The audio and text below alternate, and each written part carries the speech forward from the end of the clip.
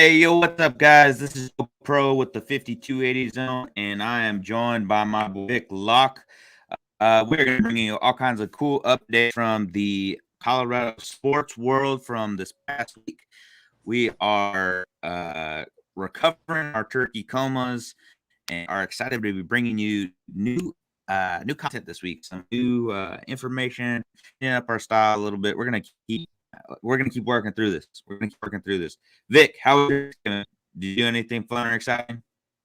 I mean, it was good. I mean, obviously, holiday time. It's always a whole bunch of food, whether it's friends and family. So definitely ate my money's worth and gained a couple pounds. But all good, man. Got in touch with the family, got to see my kids, and it's just one of those things where everybody gets around and says what they're thankful for and stuff like that. And it's just a good time, man. What about you? How was yours? My Thanksgiving went really well. I had a little bit of a drive. I'm out of the area right now, out of where I normally live and reside, and all that good stuff out in Arizona. So I went and visited with my kids and wife, and just kind of had a time. Nothing too, some good food, and it was a good time. I mean, I couldn't ask for anything more to be with my family, and that was the important part of Thanksgiving, right? And the food and all that good stuff. So a couple good football games, and you know, see how the day was going. It was an uneventful day. Thing kind of with Black Friday. Got a Facebook user here posting in already. Solid win over the Chargers. I Love agree. it. We got to go watch that this past weekend. We're gonna get Right. all into that here in just a few minutes. Before we do that, I want to go ahead and thank our sponsors, um, Willow Seasonings and Blends LLC, putting a little spice into your life. Over to their website, willowseasonings.com. Be able to the great seasonings they have over there. Again, thank you to our sponsor, Willow Seasonings. So let's get into the Nuggets real quick. They just finished their game up, won 120-111 over the Miami Heat. Finally, a 6-game losing streak that we had. We also got to see Joker. He was back in tonight. He helped end this 6-game terrible streak that we had. We weren't even being competitive in some of the games that we had going on. So it was great to see Joker back out of court. He didn't look like his rest was really affecting him, and he had an excellent game. So looking forward to seeing what he has in store for the rest of the season. Um, we're gonna some Nuggets news right now. So I didn't get to finish watching the game. We're kind of getting ready for the show and everything, so I didn't get to watch the entirety of the game. But looking great again out there, just being the magician that he is. But some of the things that some news coming out of the Nuggets this week was that, or today specifically, and it was out there on the Rocky Mountain Sports Network, is which we are a channel of. Michael Porter Jr. out for the rest of the season. He is going to have season-ending back surgery due to those nerve issues he was dealing with in his back. So, where do we go from here, Vic? Do you think that we should be bringing up Lance Stevenson or somebody like that to kind of help bring in that rotation I I with think that as that's many the as we've? I think that's the right move. Just to give that veteran that time off and to be able to actually fully recover because he's not going to be effective.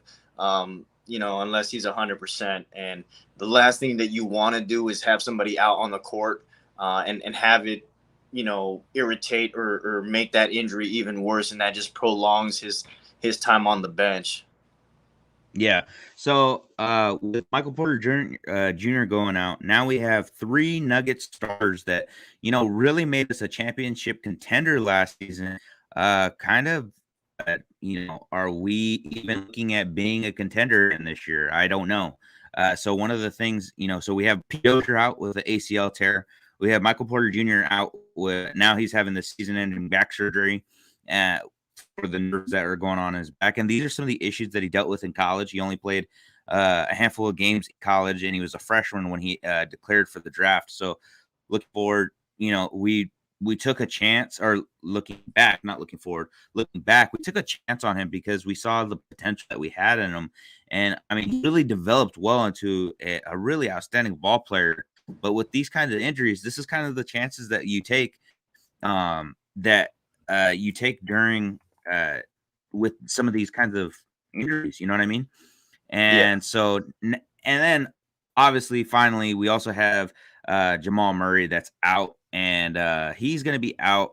I don't know how much long he's going to be out for this season. It's going to be at least until after the All-Star break. He is out there. He is practicing. He is getting some contact work in, not full contact. The training staff is limiting him to about 50% now and allowing him to try to work up. He's recovering a lot faster than anybody expected with this type of injury. ACL injuries are not something easily to come back from, especially in basketball or football or anything like that, because it's a lot of cutting back and forth, and unfortunately, you kind of get your ACL for that. So it'd be a tough road ahead with the injuries that we have sustained, but I'm liking what Malone is doing, allowing some of these rookie players or not rookie players, young stars to get into the game. We also had Bones back tonight, and Bones had an excellent game as well. So I think that's the key, is that the young starters are now going to be starters up to the plate and are able to make the plays that we're missing from the veteran presence there.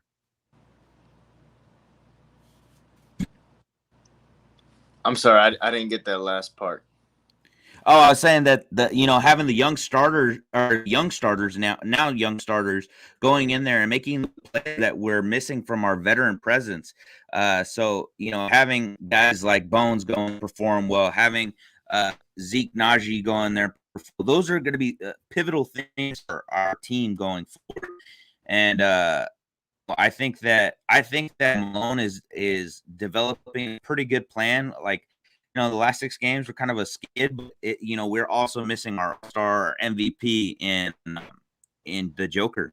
So I think there's some tough times ahead, but I think that Joker has that veteran presence that will allow us to overcome these injuries for sure. And if you're out there watching, give us a like, subscribe, or follow on the Rocky Mountain Sports Network. Share it with your friends and family, because we are a growing network, and you get in on the ground floor. You want to be able to tell your friends and family, I've been watching this since day one.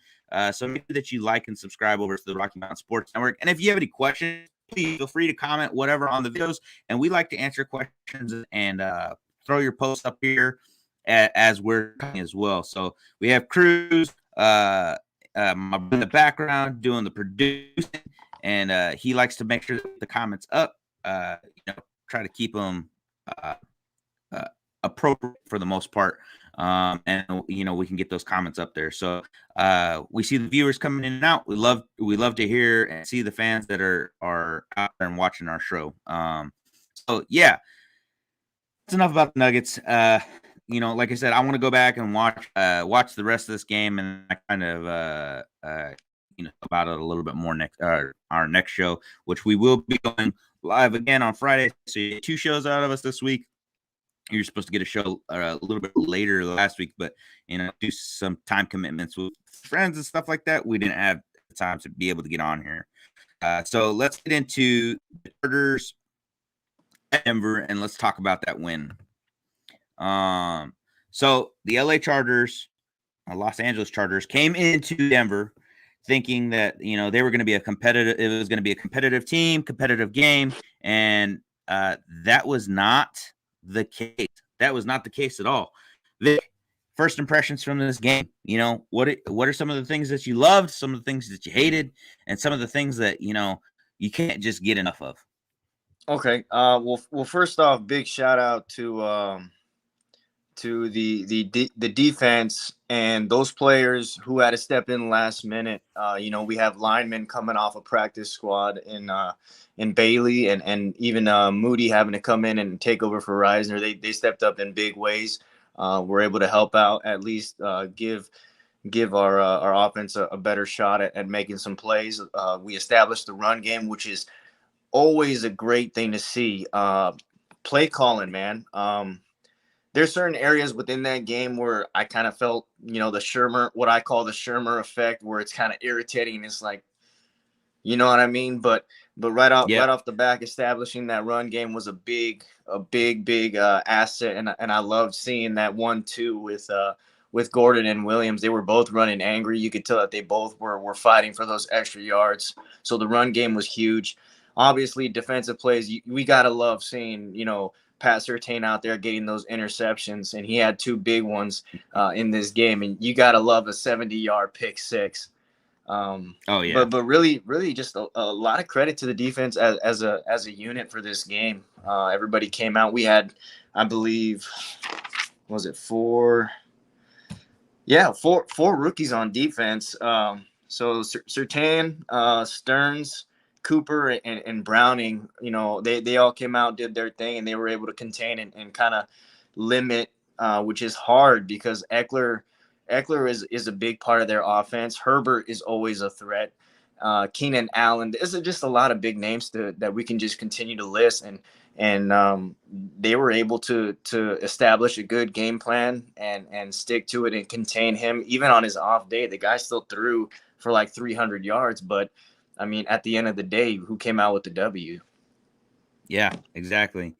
And then real quick, since you mentioned Eckler, I'm gonna give him and Eaton High School a big shout out. Congratulations to Eckler was a alumni of Eaton High School, but Eaton High School just won their 2A championship, state championship this past week. So good, big congratulations to them and their win for their state championship. All right. Yeah, no, definitely. I think that we went in there, we executed a great defensive game plan. We kept Herbert in for the most part. Some of the issues that we have, with the quarterback contain, that man can scramble, and he was Yeah. running it up the pocket and running up some big holes that we left. We were trying to contain some of the screen plays, some of those outside little dump offs, which for the most part that we were able to contain. But it also left Herbert open to being able to use his legs and the field a little bit faster. So I think that that was one thing that I wasn't like thrilled about, that we were letting letting some of those little plays that we could have definitely contained a little bit better go. But I think Cooper, I think Browning definitely stepped up in big ways this past week. Our linebacking game was really on point, really held Jared Cooks in check, which him and Herbert have been kind of lining up some connections over the last couple of weeks. So it was nice to see us shut down another tight end. And so that was good. And obviously, Pat Surtain going out there, just Yep. absolutely dominating on the field, being that shutdown corner that we drafted him to be. A little fun fact that has been all over social media. I'm sure that you've seen it. That Pat Surtain, the second, his first pick six was in Denver. Dad's last pick six was in Denver. Career pick six. Yep. So I think I thought that was a pretty cool little fun fact there. And definitely for me, Pat Surtain has my game got my game ball this week, because man, how are you gonna go out there, get an interception, and then as marching down the field, they're doing good things, and then go out there and just get another pick six. It was just awesome to see. So that was the defensive side of the ball. Now let's talk about some offensive things. I know that me and you both have some opinions on this, and I would love to hear how you felt Teddy Two Gloves performed. In all honesty, everybody knows here. It's no surprise. My opinions on that quarterback room. But honestly, he did a fairly good job while he was in there. I don't think that it was the right move to put him back in after the fact. I know I try and give Locke a lot of benefit of the doubt. He didn't perform what I thought he could have done in that game, but he didn't do horrible. It wasn't a horrible outing for Locke. There were mistakes made.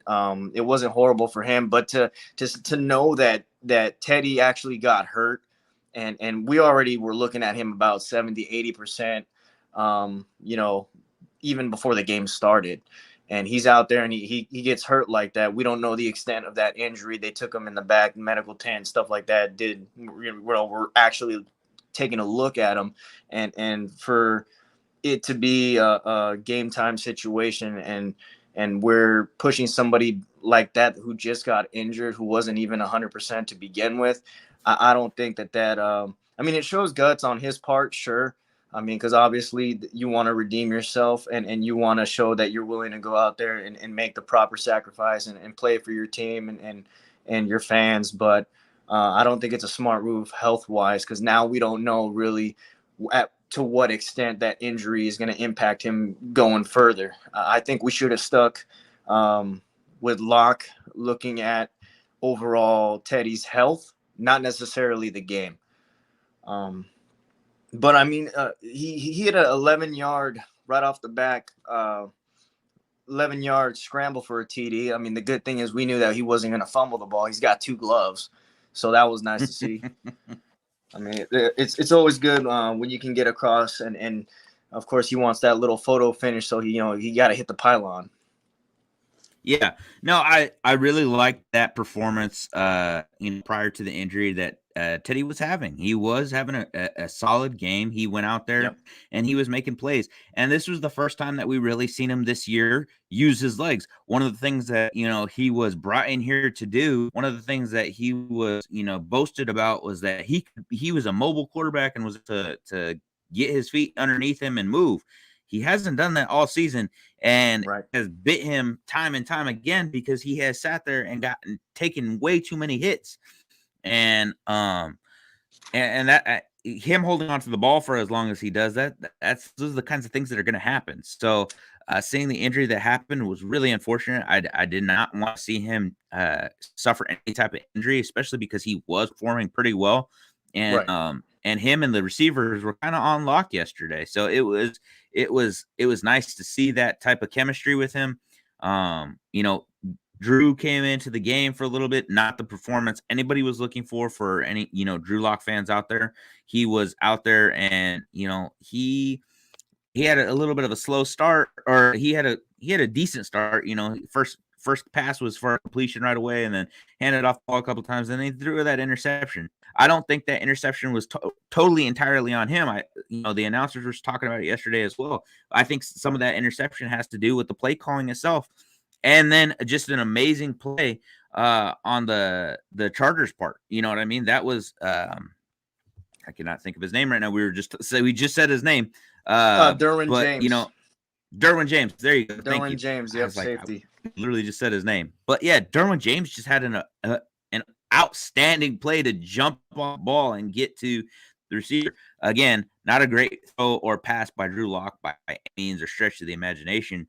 But Right. Let me touch base on that real quick though, because I mean everybody knows I'm a Drew Lock fan. Everybody knows that I really I'm pushing for this kid, and I mean I see it in him. I see potential. Unfortunately, at this point in his game, I'm gonna be straightforward. I'm not gonna label him a bust, but what I will say is his decision making is not where it needs to be. Even disregarding the fact that he hasn't had the snaps with the ones, whether that's practice or live game, right? You gotta be constantly looking at and making these reads correctly, or as correctly as you can, because if this is your one shot, you don't want to put yourself in a bad situation. 2, you don't want to put your team in a situation, because that interception did lead to a touchdown for the Chargers that brought down the deficit to 14-7, and I mean it's a momentum shifter, and I know the attitude of Broncos country automatically goes to, get him out of here, he sucks, whatever, that kind of stuff. But you also got to think, like you just said, it's a good play made by the safety. I understand sometimes that those risks do need to be taken. It's unfortunate that was the result. But when you force a ball like that, you have a safety like Derwin James kind of lurking, I would rather throw away the ball at that point. Just show your calm mindset and your ability to acknowledge the defense, the formation, and who's out there. I'm not saying be scared of him, but you got to be smarter. Because anytime you're put in that situation to shine, you gotta try and think about it as, what's gonna be best, to get us in a scoring situation, and not necessarily, give them either the ball back or ultimately have the coaches and the fans both, not just the fans but the coaches also calling, because everybody knows that they have no trust in Locke. Yeah. No, and that was something that we talked about before, was that the individual, like, ability for him to make plays when the plays are not there for him to make a significant impact. He's not out there going and being able to make any type of plays because the play calling isn't there. The play calling is not there for him. And so that was kind of it's kind of a difficult thing. For one, he's not getting any live reps. Like, me and you talked about this a little bit ago, prior to the show and stuff, that he's not getting live reps. He's not, 90% of those reps in practice are all going to Teddy Bridgewater. He's not, so if he's not getting live reps, he's not getting any, timing situations down with his receivers or the first team receivers, and he's only playing scout offense, then, he's not going to be sitting there making outstanding plays on by no means. You know what I mean? No, we're not. What we're not doing is we're not setting them up for success. I mean, any quarterback in that situation without any kind of live snaps, whether it's in practice or a game, right? There's only so much that you can do studying and looking at a clipboard or the tablet. You need to be actively doing it. It's motor skills. It's your mind being able to, it's that sixth sense. You know what I mean? Yeah. Yeah. And, I wanted to, point out the same thing that you talked about a little bit ago and earlier with our offensive line going in there, stepping up, a second and third stringers coming in and making plays for us when we didn't have anybody left out there to make plays. We talked about Garrett Bowles, and how we thought, I know me and you talked about it, but also over on the 4th and 99 show, they talked about Garrett Bowles and that the Broncos were probably going to leave him out this week. They did. They chose ultimately to leave him out, another game to kind of recuperate and kind of get up to game speed and things like that. Fortunately, it worked out. Our offensive line was able to hold it together, even with the injury going down, or the injury to our left tackle. But if we would have at least activated Garrett Bowles, at least we would have had another person there to, experience with the full team, everything else in that nature, being able to go out there and make plays. But our offensive line went out there, performed well.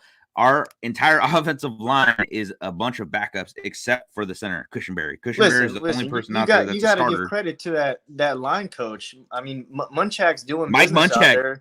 Munchak's out there doing business because, even though we constantly keep looking at, we need to add to our line. Sure, we can add the pieces, but he's done an excellent job, even with our backups, getting them ready for these game time situations where, if need be, they can step in and make an immediate impact.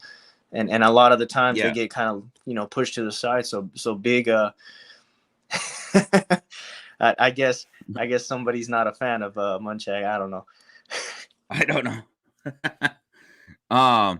No, definitely. So I think that, I think everything Munchak's doing with our team is I think that we need to continue to perform at this level, and especially, we have another tough game going up against a tough Kansas City team. But one of the things that I wanted to highlight was that first touchdown by Salbert. So we got a quick clip here, so I'm gonna press play on that. I'd run it one more time. Let the offensive line get off the ball. Fake it. Bridgewater shakes a tackle, throwing, end zone, touchdown. Eric Saubert with the catch. Gotta love it. That was the first one. First touchdown, and it was a thread the needle type situation for Teddy Bridgewater. He went out there, got on his feet, did one of those famous Bronco rollouts, and was able to go ahead and make that make that play. And those are the kinds of things that we need to continue to see from Teddy, because we've had the issues all year long in the red zone, not being able to make a play. So seeing somebody like Saubert going in and making the play where, we haven't really seen that from Noah Fant. We've seen it a couple times from Albert O, but that's why we have the tight ends. Those are the tight ends that we have to make those types of plays. And so seeing a rookie come in there, Saubert, and be able to deliver for Bridgewater and for the team as a whole, I think was outstanding. And so I think going forward with Pat Shurmur, the way that he set up this game, right? Establish the run. If we get entangled or mix that up with some solid play action, I mean, it's been proven before. I don't know why, it's taken this long in the season for them to be like, oh, hey, this works, right? I mean, look at the pass, man. I mean, look at what they did with like Shannon Sharp. It's plays like these with quarterbacks with the mobility to go out and do these rollouts, whether it's to the left or to the right. You got to utilize those tight ends. Oh yeah, definitely. I agree with you. And Pookie and Melvin straight out were just running angry this past weekend, and it was amazing. Oh, yeah. Those are the kinds of things that we have been wanting to see all season. And so this was a very well drawn up game by not only the offensive play calling on once Bridgewater in there. Drew Lock didn't get the same play calling necessarily, but the play calling on the offense and the defensive side of the ball. I think Fangio dialed up the blitzes when he was supposed to, and he called the right coverages for all of our corners. And that's something that Fangio has always done really well, is the coverage type plays. And we got another clip here of Surtain's first pick of the day. Herbert on the move, throwing toward the end zone, intercepted, picked off in the end zone by Pat Surtain. And seeing Pat Surtain, just a heads up play, went out there, got his hands up, and got in front of that ball. Terrible throw by Herbert. Herbert. Misread. Terrible throw, but definitely. Not going to take anything away from PS2 there, because PS2 went out there and made the plays that he needed to make. And so I think that PS2 is going to be he's been the right choice. He was the right choice. Everybody can talk about all the different quarterbacks that we had available to us, but you know what? Offense wins games, defense wins championships. And that was what happened in Super Bowl 50. And, Super Bowl 48, when we got destroyed, we had an amazing offense and had an okay defense. We were second rated defense of that year, but it wasn't the number one rated defense that Seattle had. So we have seen time and time again that defense wins championships, and maybe PS2 is the new face of this defensive franchise. Listen, I had this conversation multiple times, even with a buddy of ours that we went to high school with. I was talking to Dane probably last week because we were talking about, everybody's saying, with Surtain was he the right choice? You guys should have taken Mac Jones. You guys should have taken a quarterback at that position.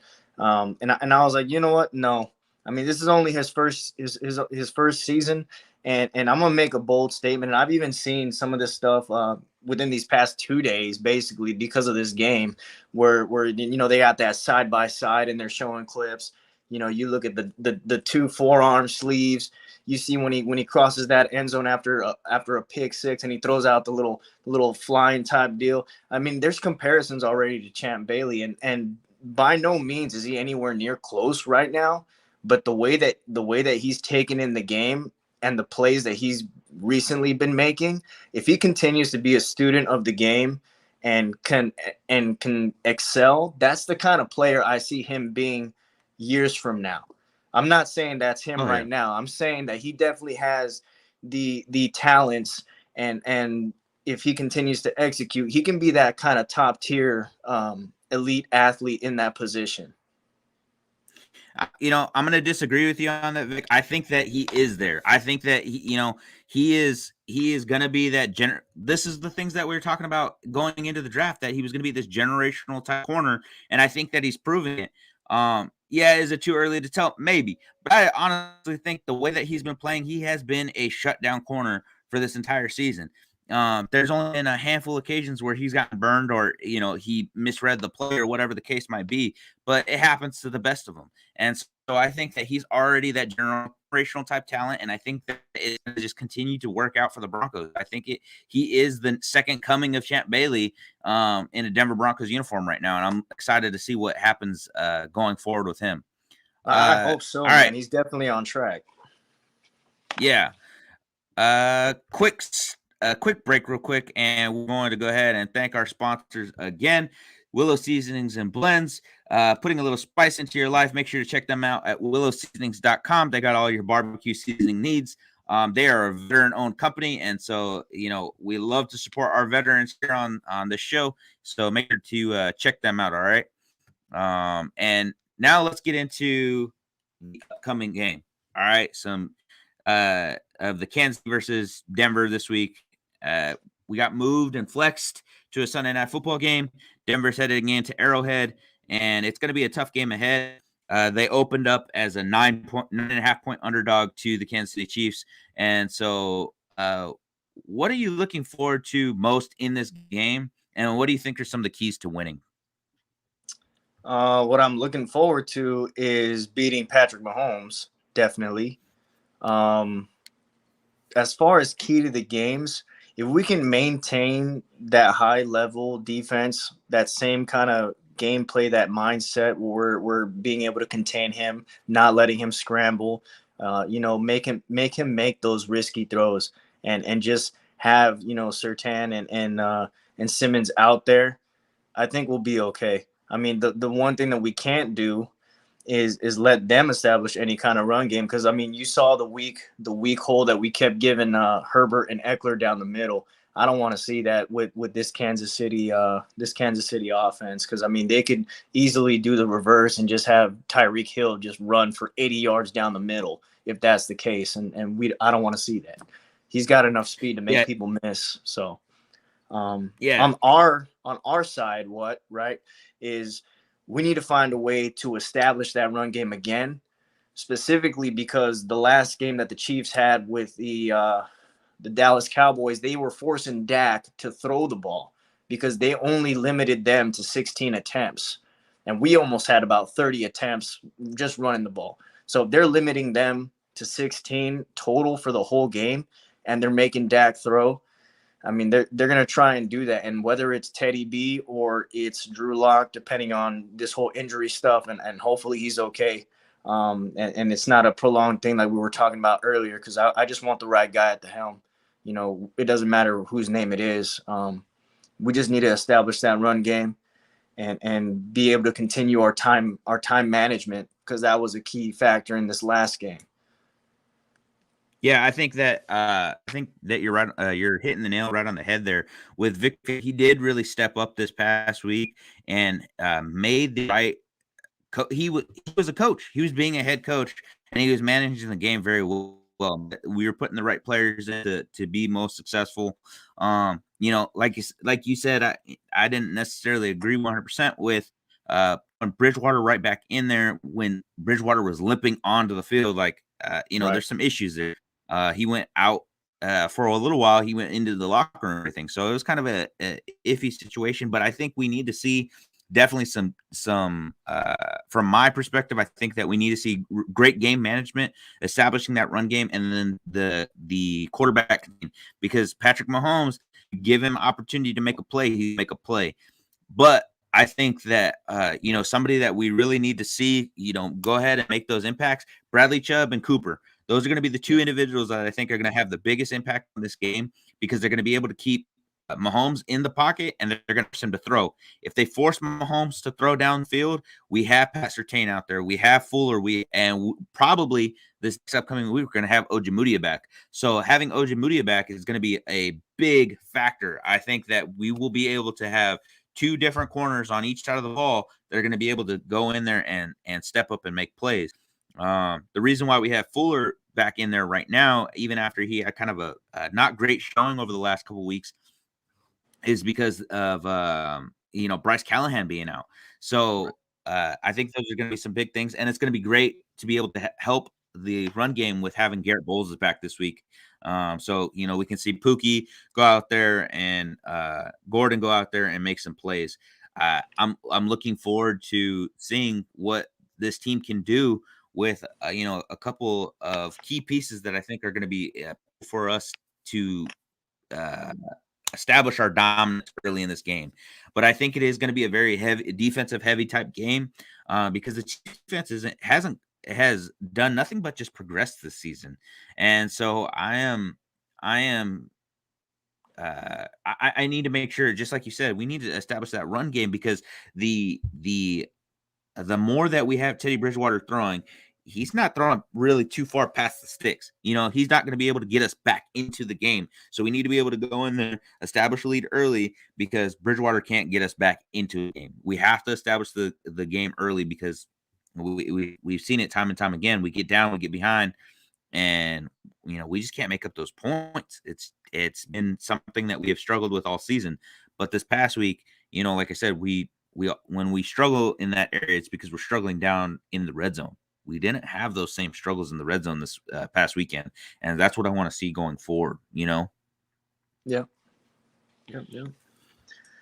So, hopefully we can pull this off. I mean, we're going to Arrowhead, and the past 11 games, I mean, it's been 11 consecutive games that the Chiefs have beaten the Broncos. So to go in to Arrowhead after a win, if we can come out with the win, that's just a good motivation and good just a good move to have everybody in.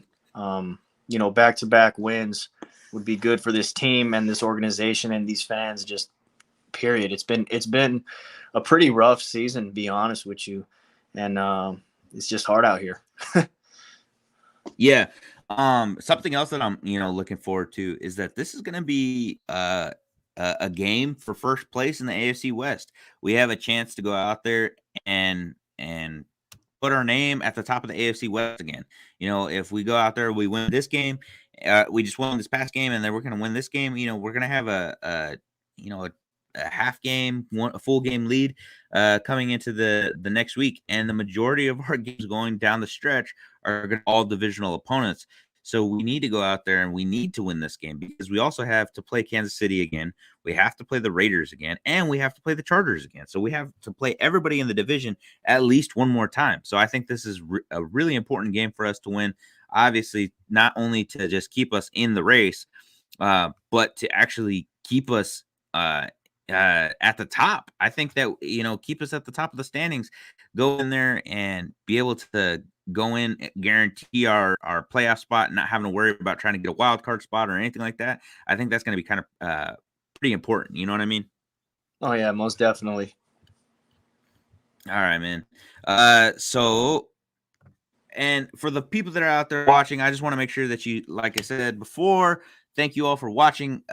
Make sure to subscribe to the Rocky Mountain Sports Network. That's we are a content creator for the Rocky Mountain Sports Network. We're the 5280 zone, but we fall underneath the Rocky Mountain Sports Network. Make sure to go check them out. There's a lot of other great shows on there as well, not just our show. So this is a quick plug for them. Yeah, we're going to be plugging a little bit more along of our show. So just make sure to, like I said, subscribe the Rocky Mountain Sports Network, and share it. Okay. So we're on YouTube, we're on Facebook, we're on Twitter, we're on TikTok, we're on all the major platforms. Basically, we're on Instagram. So make sure to go out there, check them out, and then you can check out some of the other great shows, especially if you're into like some of the other things that we might not necessarily cover all that much, like Avalanche. Love the Avalanche, like watching hockey, don't know enough about hockey to be able to speak too smartly about hockey. So, go check them out, and you can get in the crease with Scott King Cole and his partner over there, and they are going to be able to tell you everything about the Avs. Me, not necessarily so much. I could talk to you about the Broncos, I could talk to you about the Nugs, and I could talk to you about some other teams. But make sure to go out there, check them out. Real quick, all right, we got to talk about the Rapids, man. So they had a solid game. It was 0-0 all the way through the 89th minute. The goalie kicked it out behind the net, set up a corner kick, and the corner kick ultimately led to a 90th minute full-time goal by the by Portland. So we ended up losing that game in grand fashion on Thanksgiving. eliminating the Colorado Rapids from the rest of the MLS Cup. And it's unfortunate because they were first in the Western Division of the MLS, and so sucks to see any one of our Colorado teams get eliminated, but it especially sucks when you're the number one seed on your side of the conference. You know what I mean? They had the most points, everything. They had a solid game, solid season. The playoff game itself was a solid game as well, but hey, things happen. And unfortunately, it just didn't go our way that game. And better luck next year to the Colorado Rapids. Congratulations on such a great season. And hopefully, we see them again in the same type of contention. They were second in the MLS total.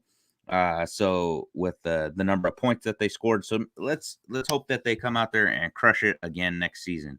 We have some more exciting stuff coming to the Rocky Mountain Sports Network. We have the Denver Rush that we're going to be covering over the next couple months coming into February timeframe. So, look forward to seeing that. Maybe we might have some Rush players come onto the show or something like that. Got to work that out with some of our other content creators and see what the plans are for that. But, we love having you all come out, check our show out. Like I said, so please make sure to like, subscribe, and keep up to date with us. We're going to have another show this week on Friday. So this show is going to be a little bit shorter than normal.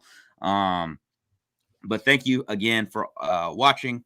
Vic, thank you so much for joining me again tonight. And we will see you all on Friday at our normal time. Maybe not our normal time. Maybe might be a little bit earlier. We'll see. Got to check mine and Vic's schedule. And but thank you again. Make sure to like, subscribe to the Rocky Mountain Sports Network, and share that page to all your family and friends. Don't be selfish. And thank you to our sponsors, Willow Seasonings and Blends, putting a little bit of spice into your life. Make sure to check them out at willowseasonings.com. Thank you, and you're now in the 5280 zone.